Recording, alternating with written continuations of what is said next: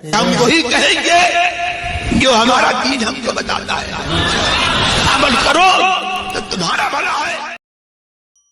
الحمدللہ رب العالمین والصلاة والسلام علی سید الانبیاء والمرسلین، اما بعد فاعوذ باللہ من الشیطان الرجیم، بسم اللہ الرحمن الرحیم۔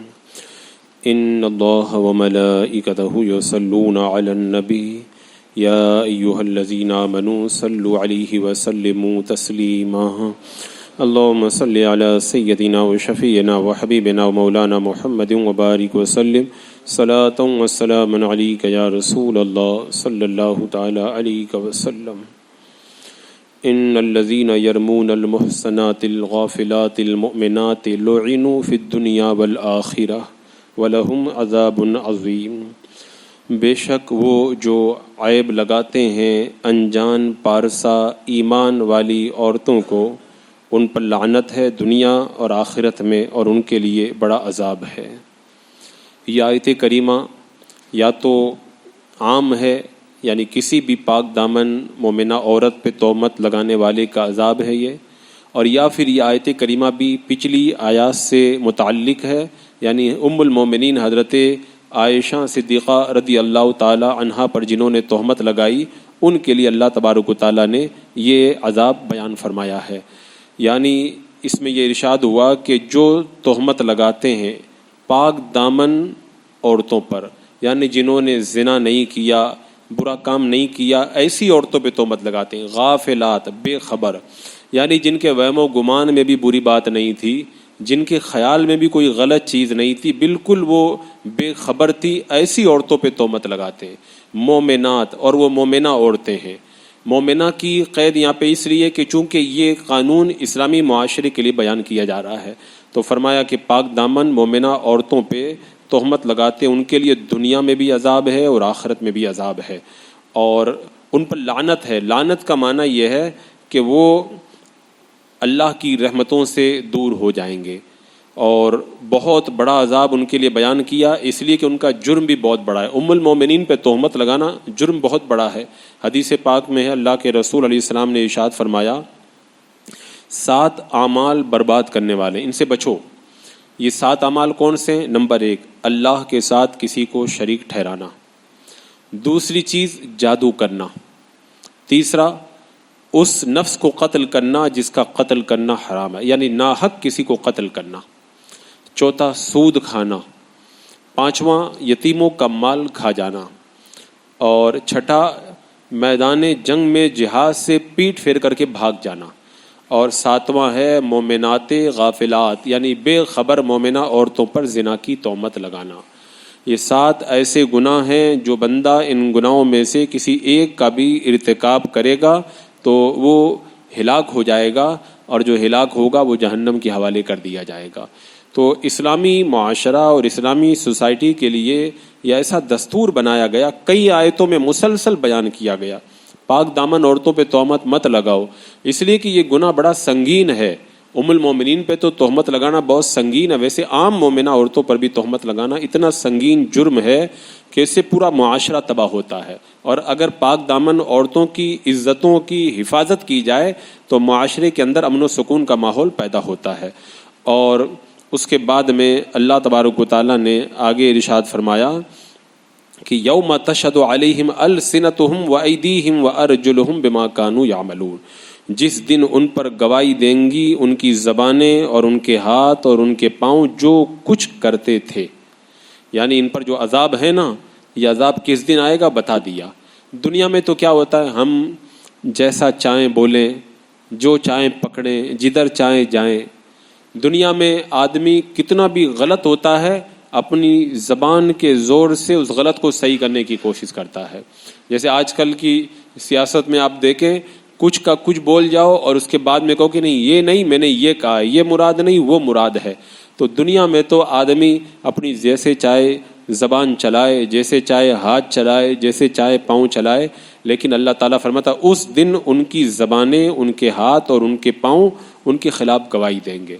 یعنی وہاں پر ایسا نہیں ہوگا کہ جیسی مرضی آئے توڑ مروڑ کر کے بات بنا دیں، نہیں یہ نہیں تھا، وہ نہیں تھا، یہ نہیں کیا۔ اس دن یہ سب نہیں چلے گا۔ اس دن زبان بھی ہمارے خلاف گواہی دے گی کہ ہم نے کیا غلط کام کیا ہے، ہاتھ اور پاؤں ہمارے خلاف گواہی دیں گے. تو مجرمین کے جو اعضاء ہیں ان کے جرائم اور ان کے گناہوں پر گواہی دیں گے، اور نیک لوگوں کے جو ہاتھ پاؤں ہیں ان کے نیکی کے اوپر گواہی دیں گے.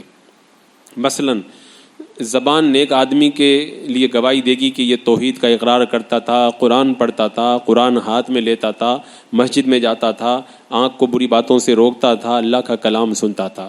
جیسے برے لوگوں کے لیے گواہی دے گی کہ یہ لوگوں پہ ظلم کرتا تھا، مال دباتا تھا، غلط چیزوں کو دیکھتا تھا، یہ جھوٹ بولتا تھا، غیبت کرتا تھا، اور جو ہے وہ گالی دیا کرتا تھا.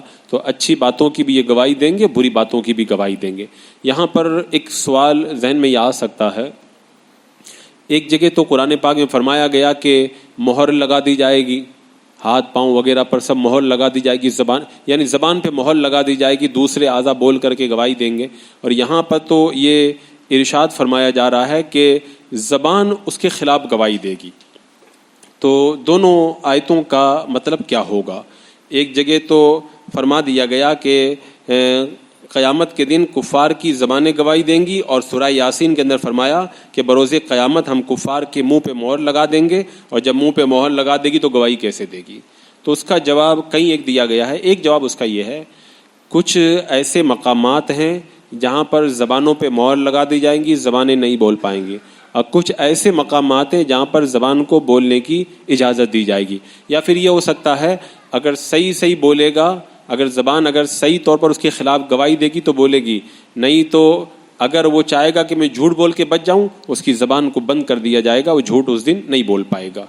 اور فرمایا یومئذ یوفیہم اللہ دینہم الحق ویعلمون ان اللہ الحق المبین.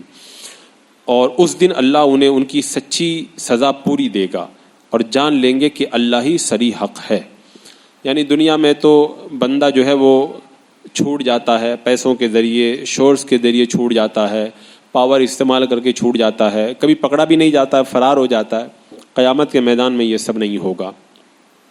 جتنا جرم ہے اتنی ہی سزا ملے گی، چھوٹنے والا کوئی نہیں، کوئی پاور کام نہیں آئے گا جو ہے وہ غلط لوگوں کے لیے. اللہ والوں کی شفاعت تو ایک الگ مسئلہ ہے، یہاں پر کوئی دنیاوی طور پر اگر اپنا اثر رسوخ استعمال کرے تو وہاں پر اس طرح سے وہ بچ نہیں پائے گا.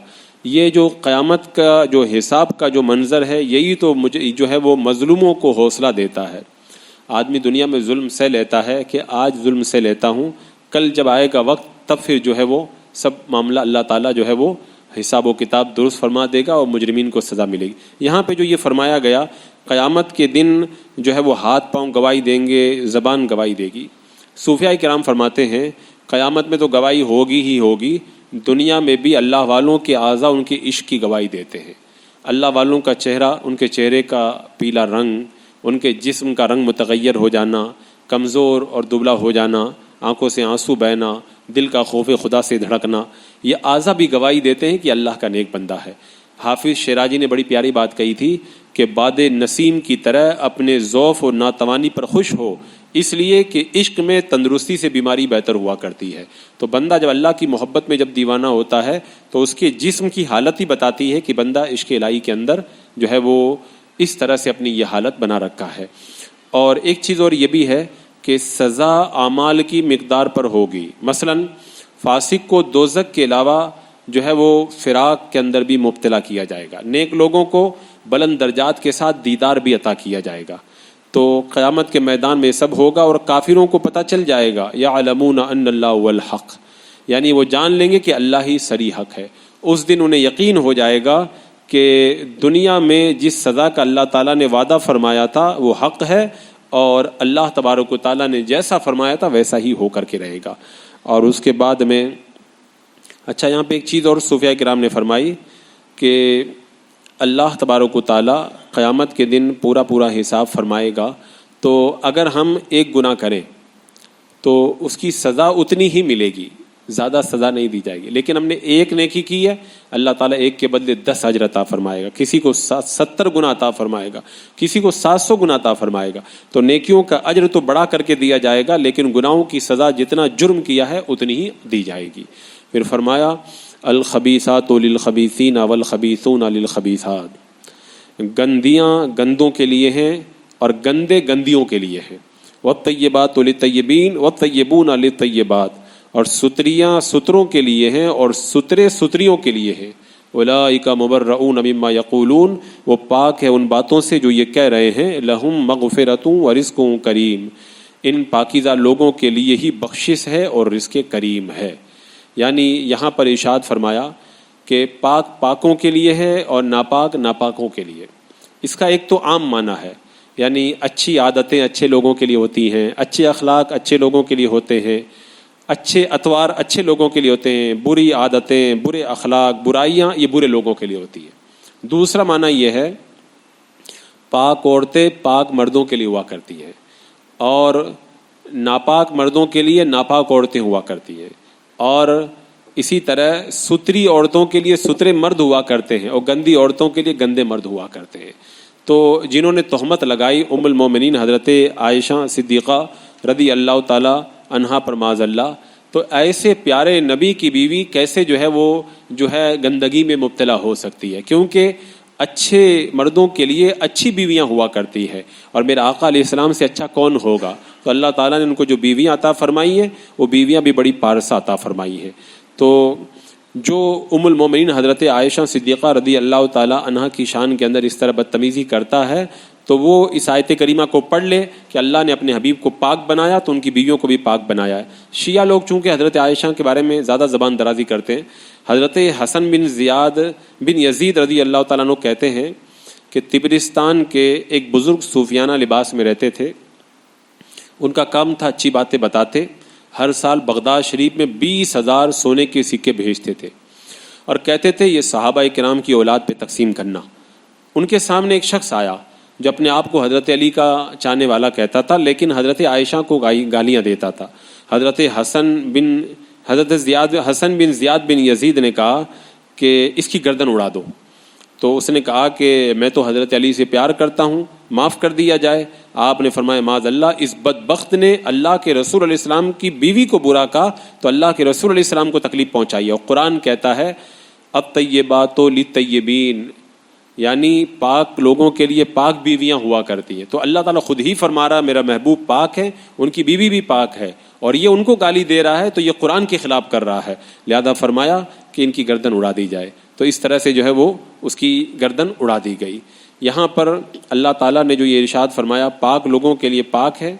حضرت ابو سعید خدری رضی اللہ تعالیٰ عنہ سے روایت فرماتے ہیں اللہ کے رسول علیہ السلام نے فرمایا قیامت کے دن گنہگار مومنین تو فوراً اپنی غلطی کا اعتراف کر لیں گے اور وہ اللہ تعالیٰ ان پر کرم فرمائے گا، لیکن جو کفار ہیں جب وہ انکار کریں گے نہیں مانیں گے تب اللہ تعالیٰ حکم دے گا کہ ان کے منہ کے اوپر مہر لگا دی جائے. تو جو پیچھے آیت کریمہ گزری تھی نا کہ ہاتھ پاؤں بول کے گواہی دیں گے، یہ اس وقت کی بات ہے جب وہ جھوٹ بولنا چاہیں گے نا تب اللہ تعالیٰ مہر لگانے کا حکم دے گا. ایک روایت یہ ہے کہ پہلے ران گواہی دے گی، پھر ہتھیلی گواہی دے گی، پھر گوشت گواہی دے گا، پھر ہڈیاں بولیں گی، پھر فیصلہ ربانی صادر ہوگا. تو یہاں پر یہ دو روایتیں بھی موجود ہیں. اور ایک چیز اور جو یہاں فرمایا گیا کہ پاک لوگوں کے لیے پاک چیزیں ہیں، تو یہ ایک نفسیاتی حقیقت ہے. آپ دیکھیں جو اچھا آدمی ہوتا ہے نا وہ اچھوں کے ساتھ رہتا ہے، اور جو خراب آدمی ہوتا ہے وہ خراب لوگوں کے ساتھ میں رہنا گوارا کرتا ہے. تو اللہ تعالیٰ نے ایسا اصول بیان فرمایا کہ یہ کیسی غلط بات اپنی زبان سے نکال رہے ہیں، میرے نبی کی پاکی کو نہیں دیکھ رہے. اولئک مبرؤون مما یقولون، وہ پاک ہیں ان باتوں سے جو یہ کہہ رہے ہیں، یعنی جو انہوں نے جو تہمت لگائی ہے وہ ان سے بالکل پاک ہے. لہم مغفرۃ ورزق کریم، ان پاکیزہ لوگوں ہی کے لیے بخشش اور رزق کریم ہے. حضرت ام المومنین عائشہ صدیقہ رضی اللہ تعالی عنہا کے جب وصال کا وقت آیا تو حضرت ابن عباس آئے. حضرت عائشہ کے چہرے پر کچھ گھبراہٹ کے آثار تھے. تو حضرت ابن عباس نے کہا آپ گھبرا کیوں رہی ہیں؟ اللہ تعالیٰ نے قرآن پاک میں آپ کے بارے میں فرمایا لہم مغفرۃ ورزق کریم، آپ کے لیے تو مغفرت اور رزق کریم ہے. حضرت عائشہ نے جب سنا نا انتقال کے وقت میں تو اتنی خوش ہو گئی کہ خوشی سے ان کے اوپر گنودگی طاری ہو گئی کہ اللہ تعالیٰ نے میرے لیے یہ بشارت عطا فرمائی ہے. اور یہاں پر ایک بات یہ بھی ہے کہ خبیثات سے نفس کے حواجز اور شیطان کے وہ وساوس مراد ہیں جو لوگوں کو باطل کے اوپر ابارتے ہیں. تو جو اچھے لوگ ہوتے ہیں ان کے خیالات اچھے ہوتے ہیں، جو برے لوگ ہوتے ہیں ان کے خیالات بھی برے ہوتے ہیں، جو اچھے لوگ ہوتے ہیں ان کے اخلاق اور عادات اور اطوار بھی اچھے ہوتے ہیں، برے لوگوں کے یہ سب کام بھی برے ہوتے ہیں۔ وہ جو کہا گیا نا کل یعمل علی شاکر، ہر آدمی اپنی فطرت کے مطابق چلتا۔ اچھی فطرت کے لوگ اچھے کام کریں گے، اور بری فطرت کے لوگوں کو آپ دیکھیں ان کو کتنا بھی سمجھا دو گے نا، کریں گے وہی جو ان کی فطرت ہے۔ وہ جو بڑی مثل مشہور ہے کہ چور چوری سے جائے ہیرا پھیری سے نہ جائے۔ چور اگر چوری کرنا بھی چھوڑ دے گا نا تو ہیرا پھیری کرنا وہ نہیں چھوڑے گا۔ تو بری خصلت جو ہے وہ برے لوگوں کے ساتھ جب چمٹ جاتی ہے تو ان سے جدا نہیں ہوا کرتی ہے۔ بسم اللہ الرحمن الرحیم۔ اللہم صلی علی سیدنا و مولانا محمد وبارک وسلم، صلاۃ و سلام علیک یا رسول اللہ۔ یا اللہ یا رحمان یا رحیم العالمین، اپنے محبوبین کے صدقے میں مولا ہمیں اچھی عادتیں، اچھے اخلاق اور مولا اچھے اعمال کی توفیق عطا فرما، ہر گناہ ہر برائی سے محفوظ و معمون فرما، ایمان پہ زندگی، ایمانی پر خاتمہ نصیب فرما۔ ربنا تقبل منا انک انت السمیع العلیم وتب علینا انک انت التواب الرحیم۔ ان اللہ وملائکتہ یصلون علی النبی یا ایھا الذین آمنوا صلوا علیہ وسلموا تسلیما۔ اللهم صل على سيدنا وشفينا وحبيبنا ومولانا محمد وبارك وسلم، صلاة وسلاما عليك يا رسول الله۔ سبحان ربك رب العزة عما يصفون وسلام على المرسلين والحمد لله۔